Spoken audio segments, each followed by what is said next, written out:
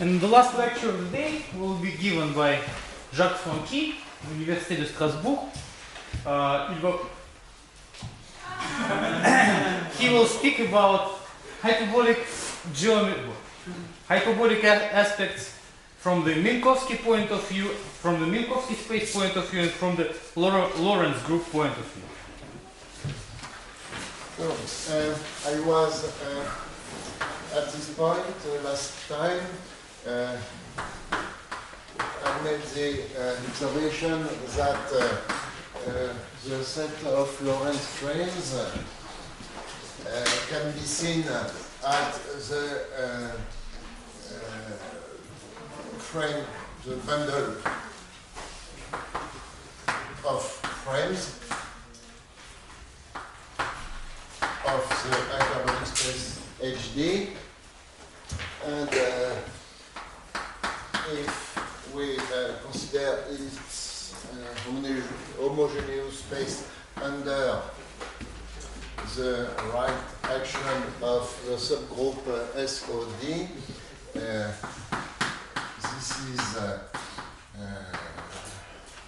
this can be identified with the hyperbolic space itself, and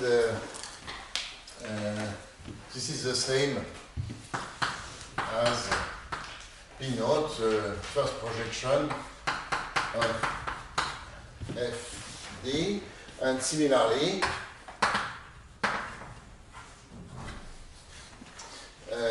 if we consider P1 of beta to be beta naught, this is P naught of beta, this one, and I add the light ray beta naught plus beta 1. So this belongs to HD times its boundary. Then the right action of FD under SOD minus 1 is can be identified with P1 of FD and with the tangent bundle, the unit tangent bundle T1 HD.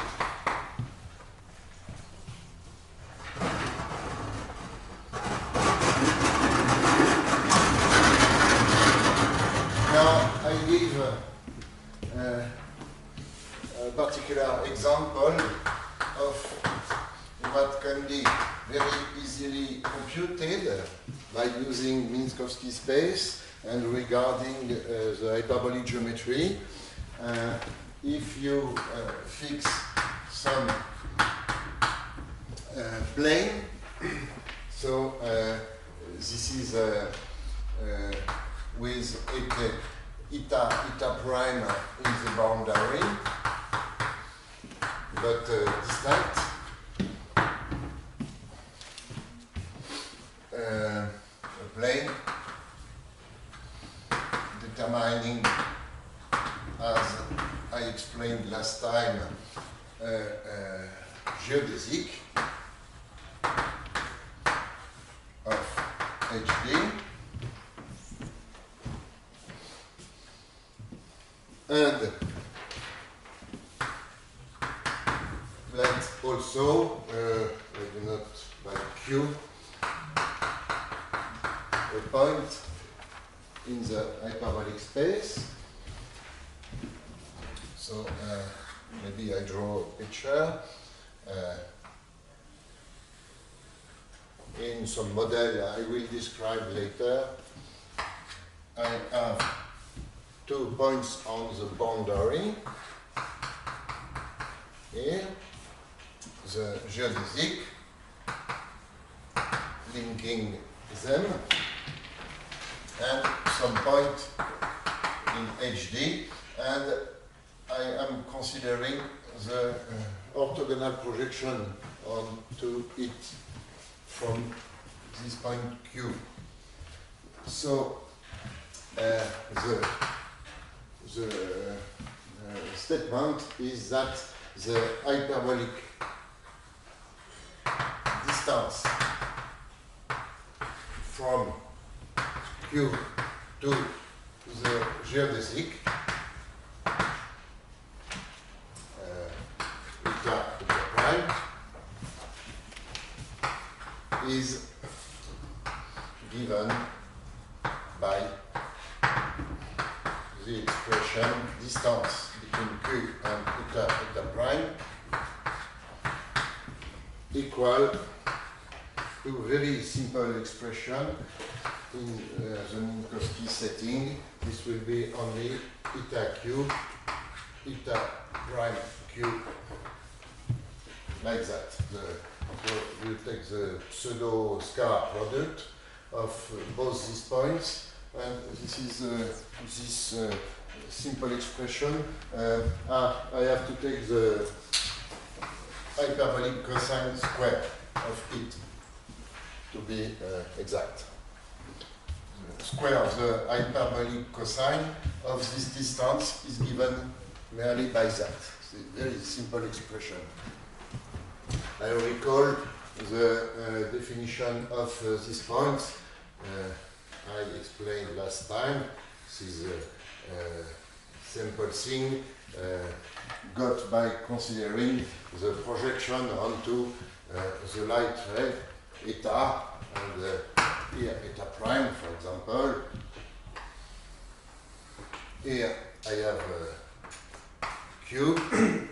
This is HD, at least for d equal 2, but this is general.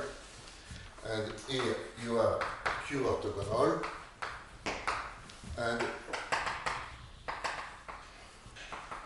this was Q eta, here Q eta prime, and here eta Q, here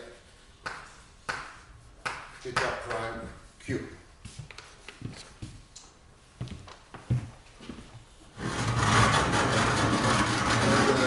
Not only this expression is very pleasant, very simple, but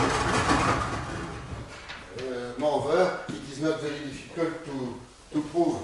I show you briefly the proof to convince you that it is simple enough.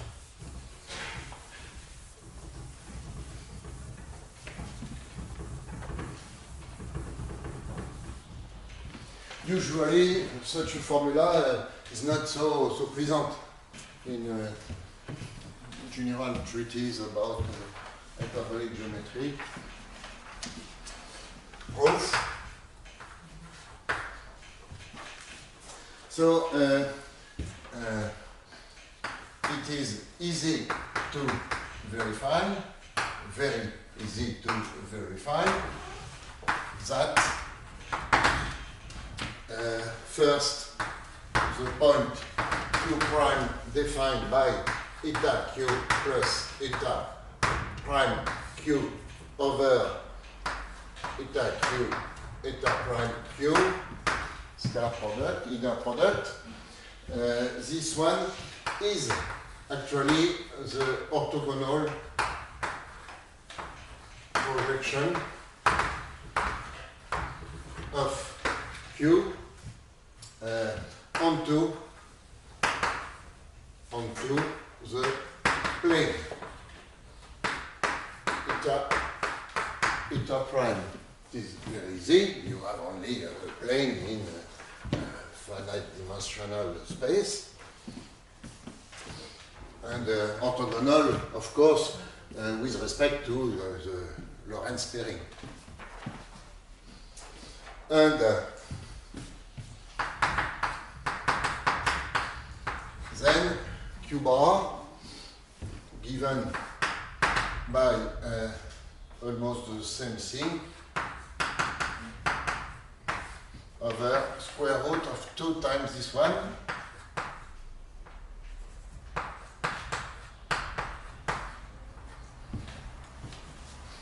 this belongs to the geodesic. Theta prime. Here I consider it as a plane, here as a geodesic it defines. This is very simple to verify.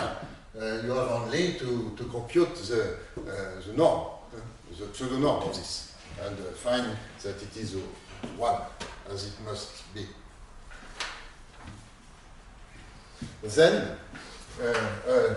just a remark, recall that I made at the very beginning the observation that this product is strictly larger than the pseudonorm of this multiplied by the pseudonorm of the other one, and so you find that automatically eta prime has to be strictly positive. Under the only condition that these two ones are not the same. So it is well defined, of course, and now I deduce immediately that the square of the hyperbolic cosine of the distance I want to get of q bar, this is the one I want to get, is simply this. As I previously explained, this is the formula for the hyperbolic distance, and you get it immediately from that, recalling only that q multiplied by eta q, the product of this with this is obviously 1, and the same for this one, and the square of both these ones is null.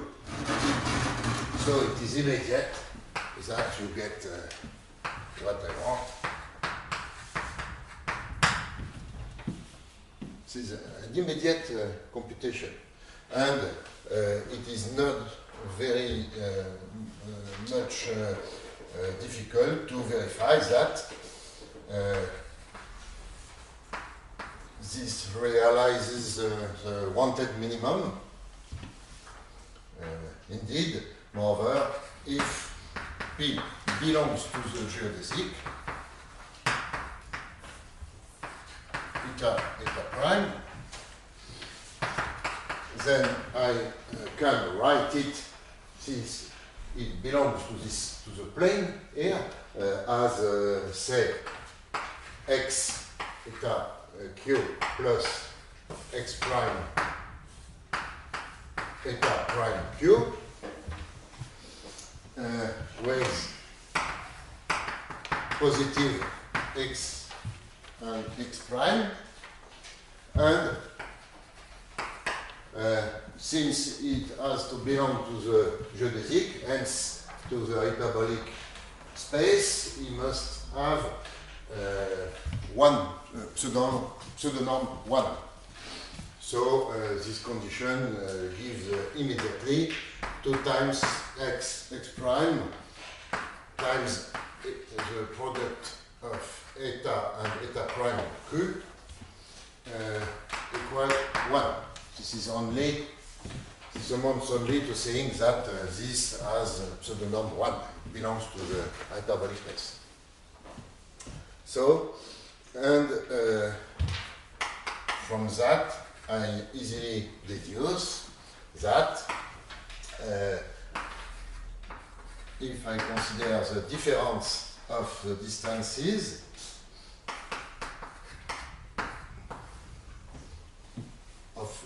of hyperbolic cosines of those distances minus the same thing but with q bar,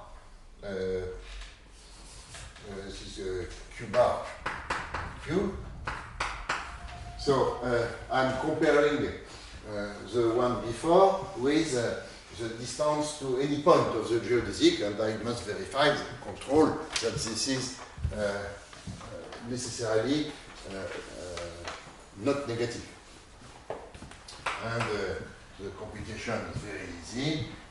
This will be only the difference of both inner products. And the computation is straightforward. This is x plus x prime minus square root of 2 over my inner product. And this is merely because of this relation, the square of this difference. Hence, I have my minimality. And the remaining, I can add that as in the Euclidean case, I did not specify it, but moreover, you have another precision, usual precision, the minimizing geodesic from Q to the geodesic eta prime is orthogonal to the geodesic eta prime. So this is this orthogonality here on the picture.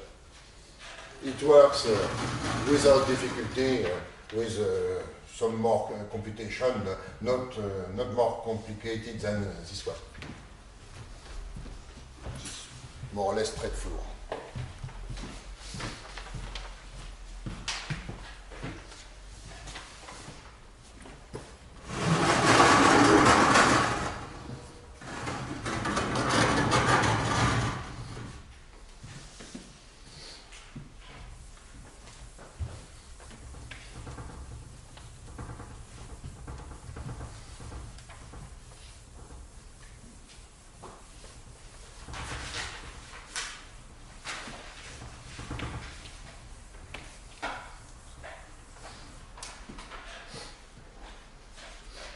Now,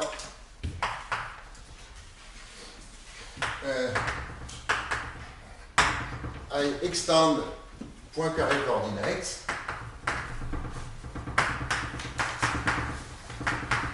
to the boundary.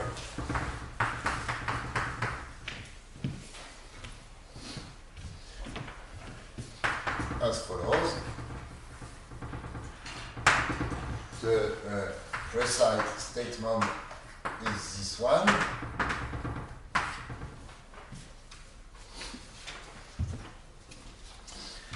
I recall that on HD, the relation defining Poincaré coordinates was P equal Pxy of E0.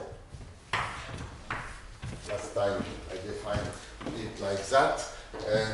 This is not immediately valid till the boundary, so I explain how it works till the boundary.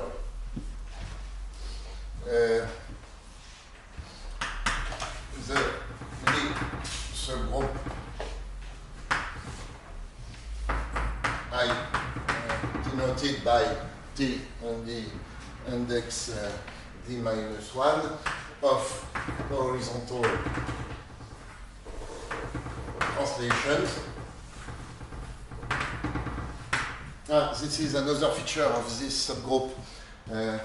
Somebody asked me the question when I introduced that of the meaning of this subgroup.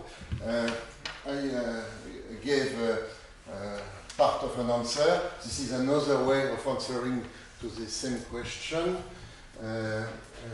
They act on the right-hand side in an interesting way, and also on the left-hand side in another interesting way. This is one of these actions here I described. Act transitively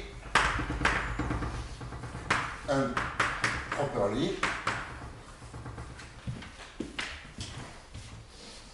on the boundary of the hyperbolic space, except one single point, which is this one.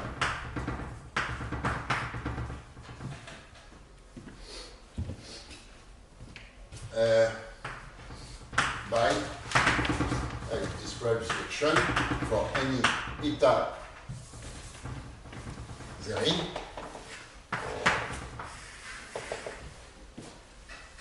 For any such eta, there exists a unique theta plus u, so an element in this subgroup, such that this horizontal translation moves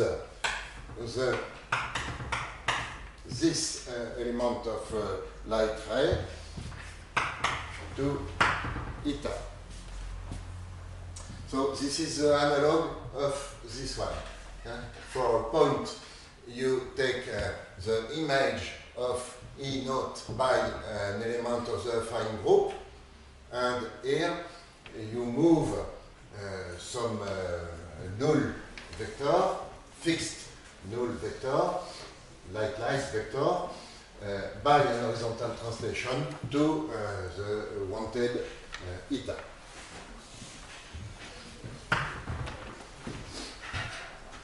And this can be done in a unique way. So U will be the Poincaré coordinate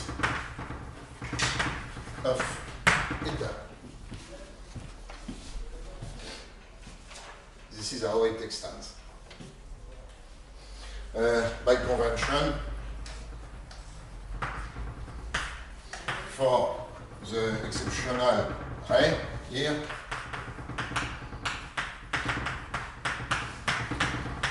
I take simply U to be infinite.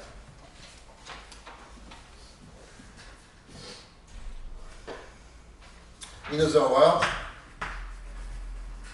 as I explained in the case of the hyperbolic space, I have explicit formulas giving all these things that are almost readily deduced from the matrices, like that. The matrices of horizontal translation I displayed. In other words, I have eta E naught, which will be E naught plus this quantity E1 plus the 2 over U square plus 1, the sum from the 2 to D of UG dg. You have an explicit expression. And for any eta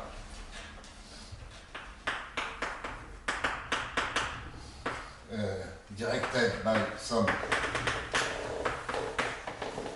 null vector, here, light vector, have the inverse expression, which will be merely this.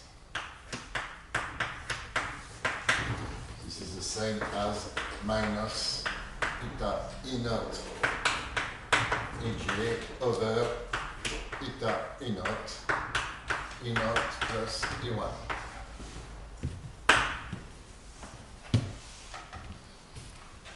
This is got by inverting this one. and this one is given by the entries of this matrix.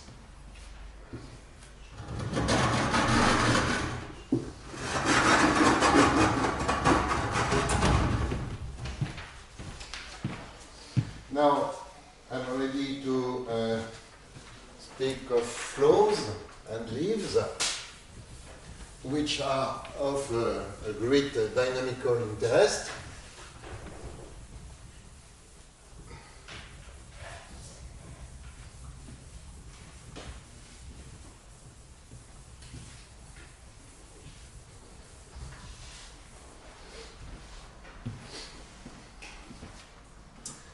So this is the ninth part, flows and leaves.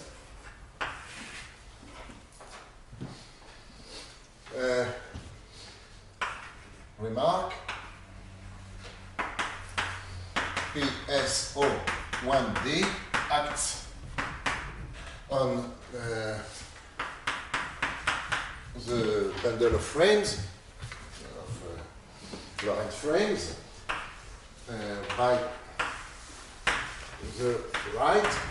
It acts also on the left, but here I am considering the right action according to the simple rule. So I let act some isometry G to on some frame beta by recall that the tilde was associating a given frame with the only isometry which maps the canonical frame onto this frame. So merely I take this. Here, this is the product within the Lorentz modus group. Then definition of the flows. The geodesic flow first.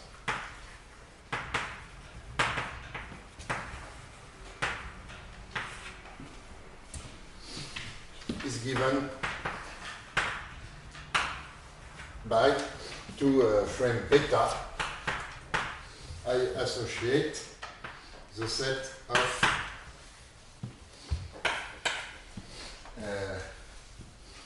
frames translated on the right from beta by my theta t. Recall theta t. It was the exponential of t E1, and this was a hyperbolic screw with this hyperbolic and sine and cosine. For t in R, and the orocyclic flow similarly is given by to beta associate the family of theta plus u for u in R d minus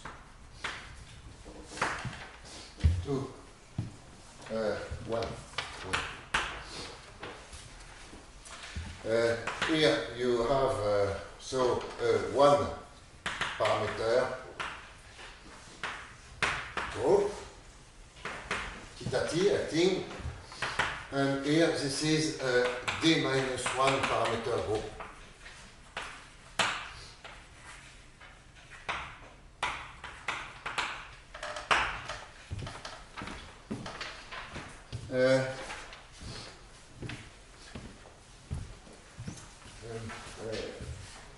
It is worth insisting on the fact that this one can be projected as an action at the level of the tangent, the unit tangent bundle. because of the commutation of this one parameter group with the subgroup SOD-1. I already presented it. So this commutation of theta t with SOD-1 allows to consider this when projected by quotienting with respect to SOD-1 onto the unit tangent bundle. So the geodesic flow makes sense at the levels of the unit tangent bundle. On the contrary, this does not. This is only defined on the frame bundle, not at the level of the unit tangent bundle. You cannot project this action. The orthocyclic flow is only at the level of bundle.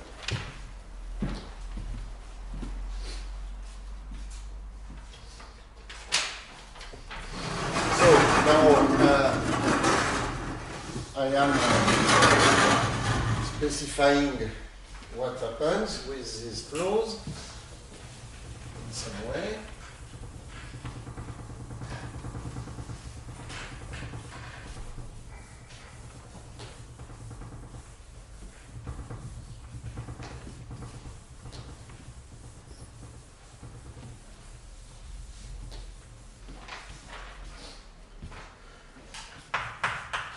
Proposition.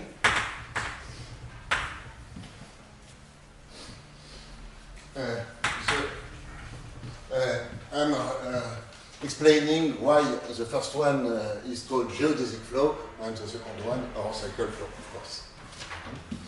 The reason is the one I am writing now, the projection P naught of beta theta t of the orbit of the geodesic flow of beta under the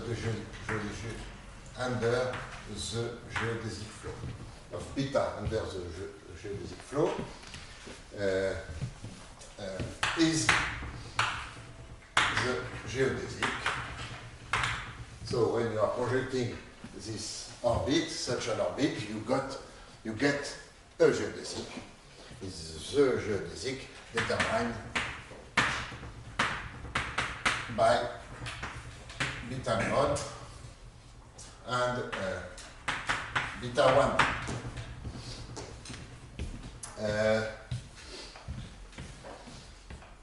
according to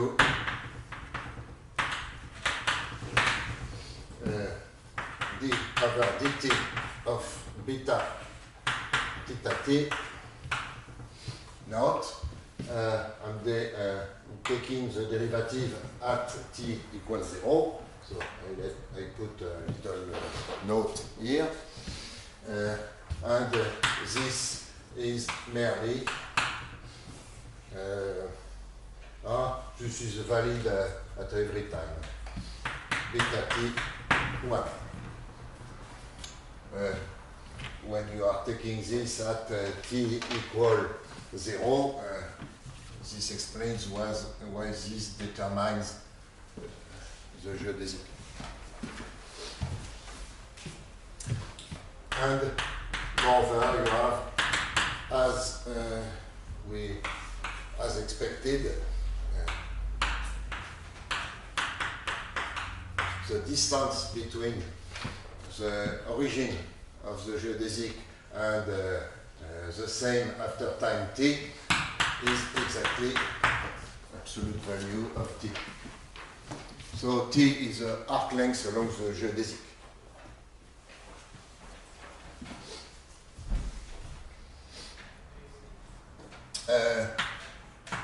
I shall not write the details, but the proof, once again, is very easy.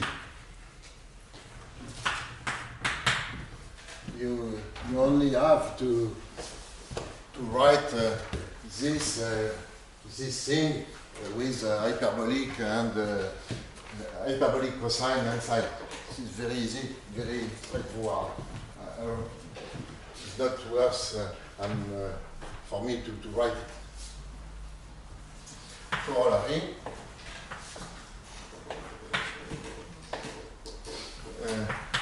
The geodesic segment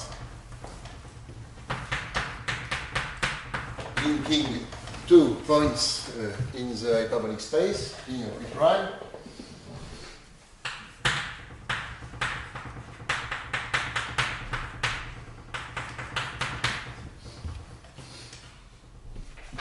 has exactly length, distance of P and P prime, as is normal and usual in the Euclidean case. And it is unique, minimizing curve joining these points, as in the Euclidean setting. This works as well. Now I go to the second thing.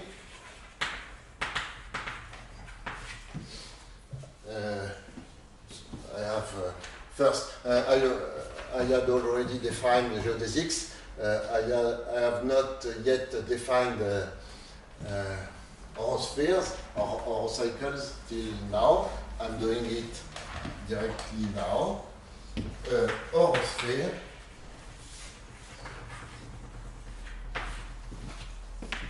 based at some boundary point theta is the intersection of the hyperbolic space with an affine hyperplane.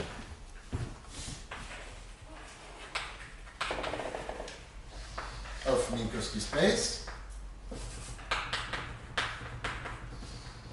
directed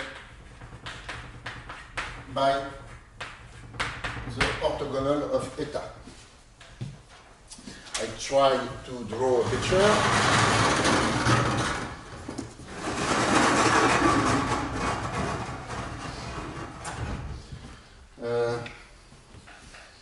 Maybe I have some plus left here to write that given a frame beta, the horocycle containing it, the horosphere containing it, will be determined by it, not containing but determined by it, will be the intersection of HD with respect to beta 0 plus beta 0 plus beta 1 orthogonal. This is totally coherent with the definition here. Since here this is a lightlet vector.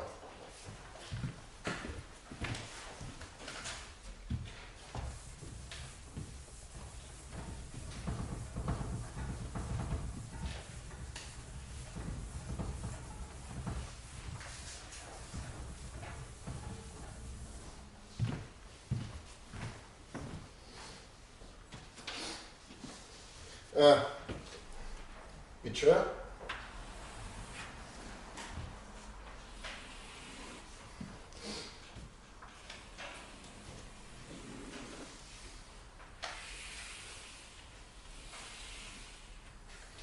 So here is a hyperbolic space.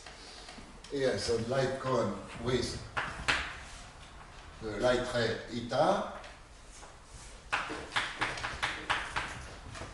Here the origin of Minkowski space.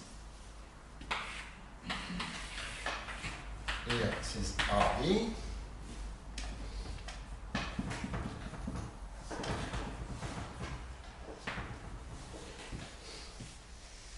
and an recycle will look like something like that.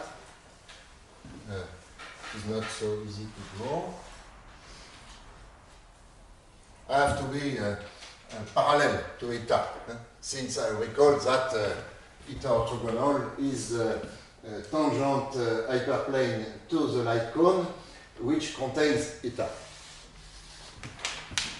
So in particular, it is parallel to eta.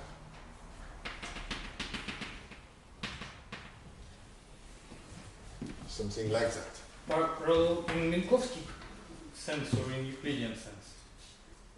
Parallel in Minkowski sense? It's the same. This is only affine at this level. You have an affine hyperplane.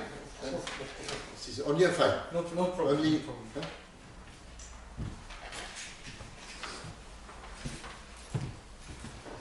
And the corresponding so-called horoball is the half space of HD determined limited by the sphere and containing eta. This is this part.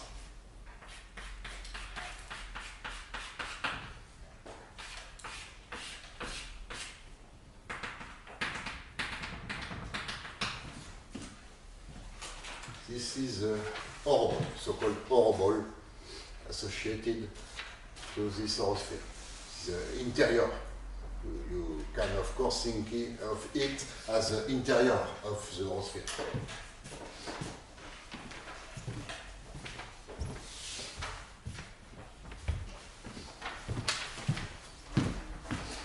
Then I specify now the analog of the proposition above regarding the horocyclic flow. This is this statement. The horosphere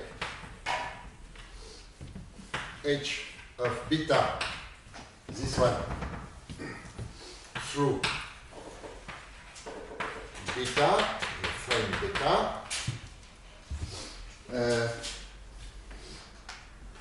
associated with a boundary point eta,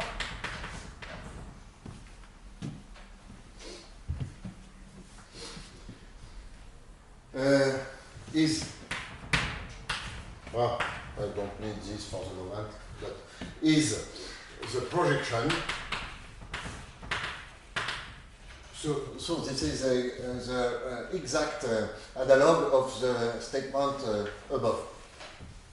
Is the projection of the orbit of beta under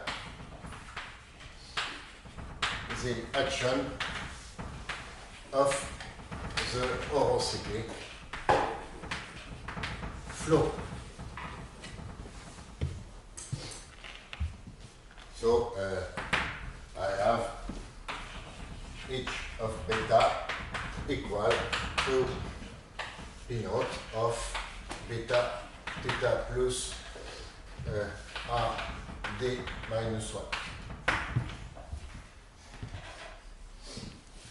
This is the same thing written as a formula.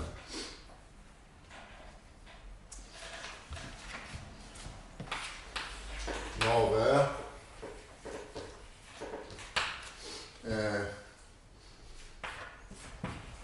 two frames beta and beta prime determine the same horosphere if only if they are linked by a relation of the following type, theta plus x rho for x in R d minus 1 and rho in S O d minus 1.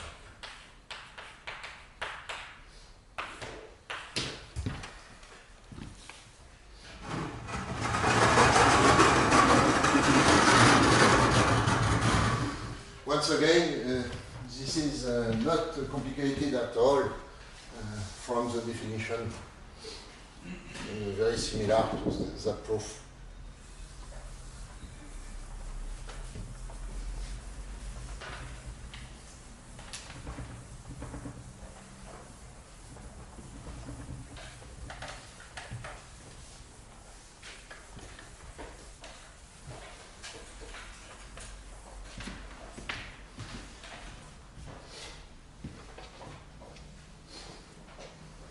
Now, I spoke of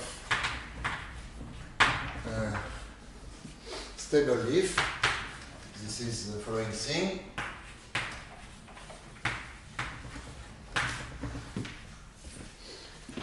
Associated with some boundary point theta is the set of frames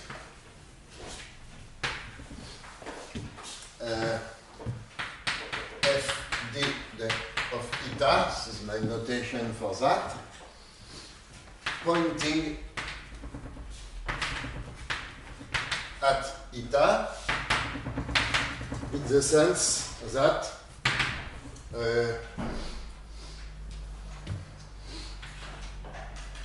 beta, those beta in Fd such that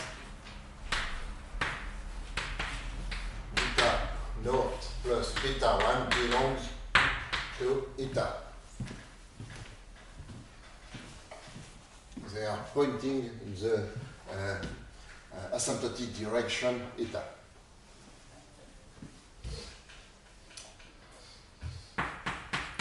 Fd beta will denote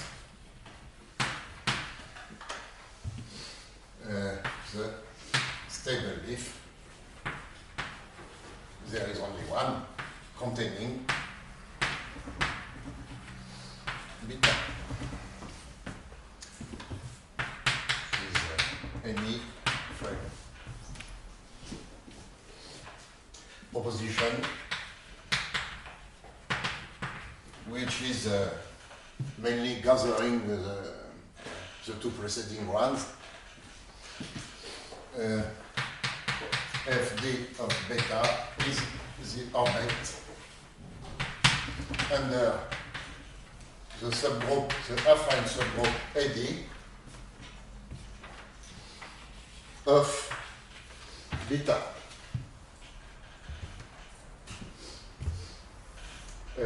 Under this and I forgot, and SO d minus 1.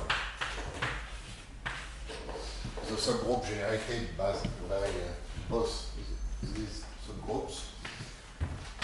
In other words, Fd beta is the set of beta T z rho for T z in AD and rho in SO d minus 1. So this is got by joining both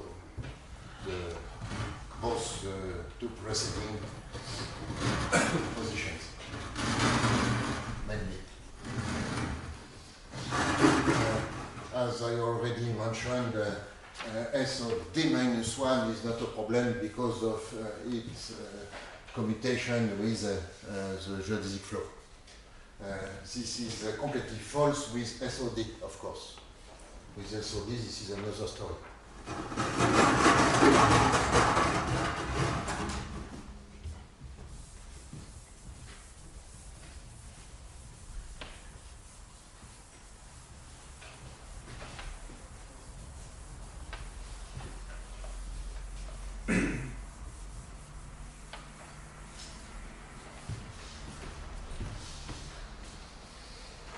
Maybe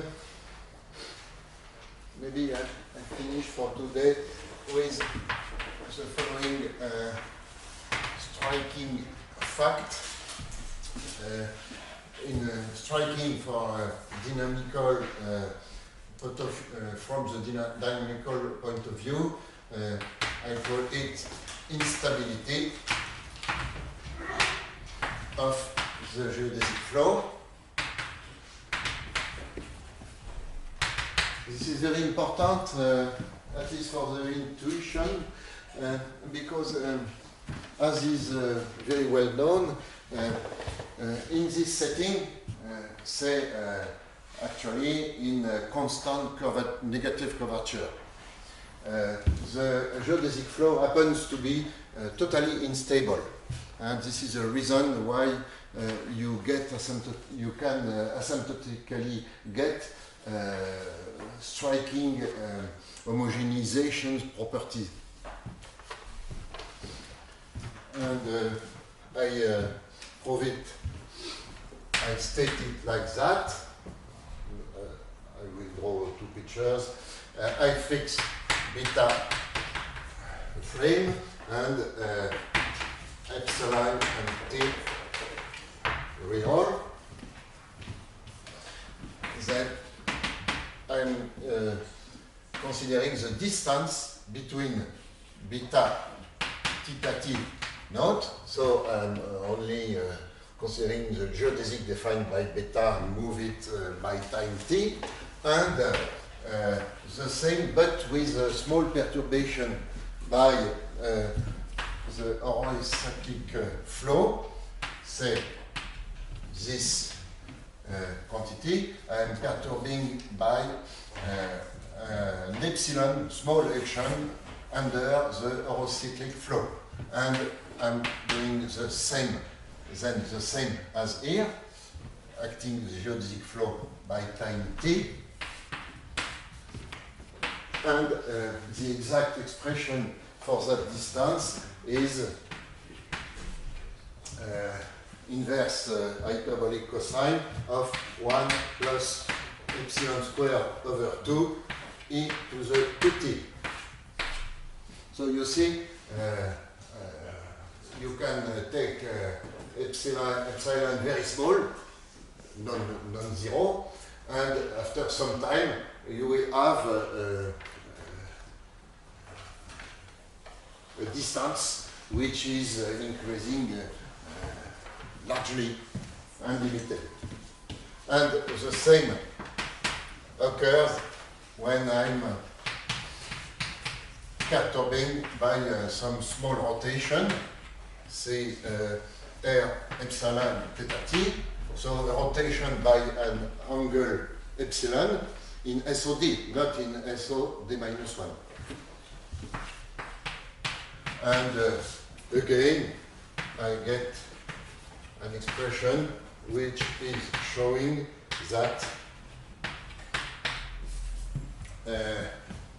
it becomes rapidly very large.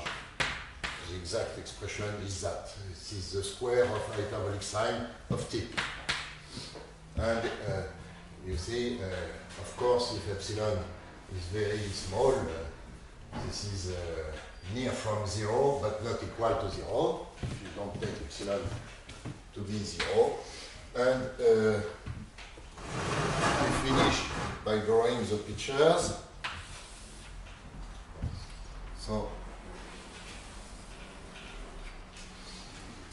I will have here beta of Rd, which is modeled by R to D minus 1, and I'm taking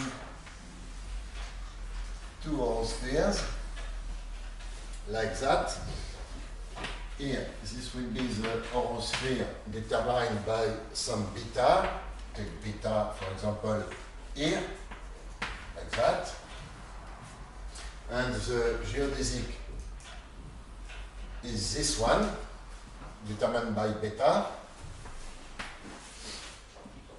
Here you have the boundary point eta, and I let the horizontal flow act.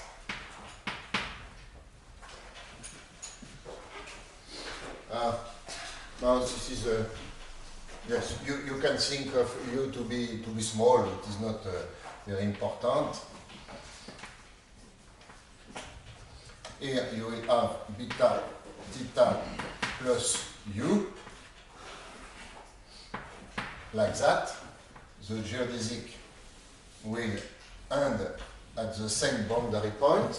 This is within one stable leaf. And here you will have U E minus T with absolute value. And here, if I put T here, this is beta theta T. And here, similarly, beta theta plus U theta T. This one.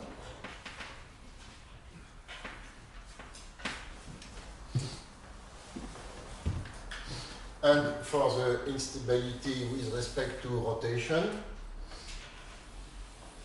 this is a picture like that. Again, the boundary is represented here, and here I have beta 1, beta naught here, and here some small angle epsilon. And you have the geodesics, T and T, here and here. This will be beta theta T naught, here beta theta T 1, the vector, and the same here, beta R epsilon theta T naught, and the same. It is like that. And you see, with a very small angle at the beginning, after some time t, the distance can become very large. And infinite arriving here. At the boundary. So I think it is time to stop. Thank you.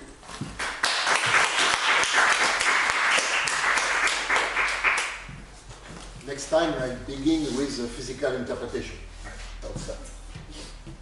Questions to Jacques Franchi?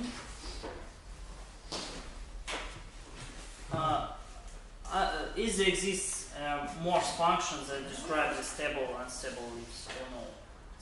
Morse function. So it's Morse. Yeah. Something like that. This is called the Boozman function. Maybe I will speak somewhat of it. This is a Boozman function. Yes. Yes. If I have time, I will mention it. And again, I have a very simple, nice formula for it.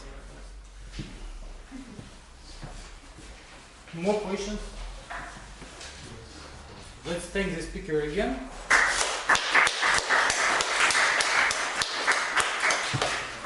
Have a nice evening. See you tomorrow.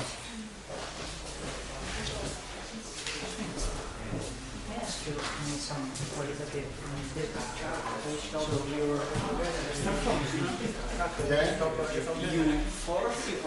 Я не знаю, что такое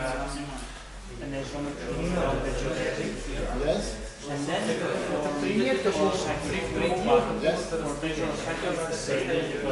yes. This is the rotation this and this is the same result as this and Но this. я ее не видел, я ее не видел, я ее не понимаю. No, because as you approach the boundary, distances are multiplied by a very large amount. So, no, it is not clear. The computation has to be made. You cannot conclude. Okay, so they got toward the same point. Yes, but yes. with infinite. Okay.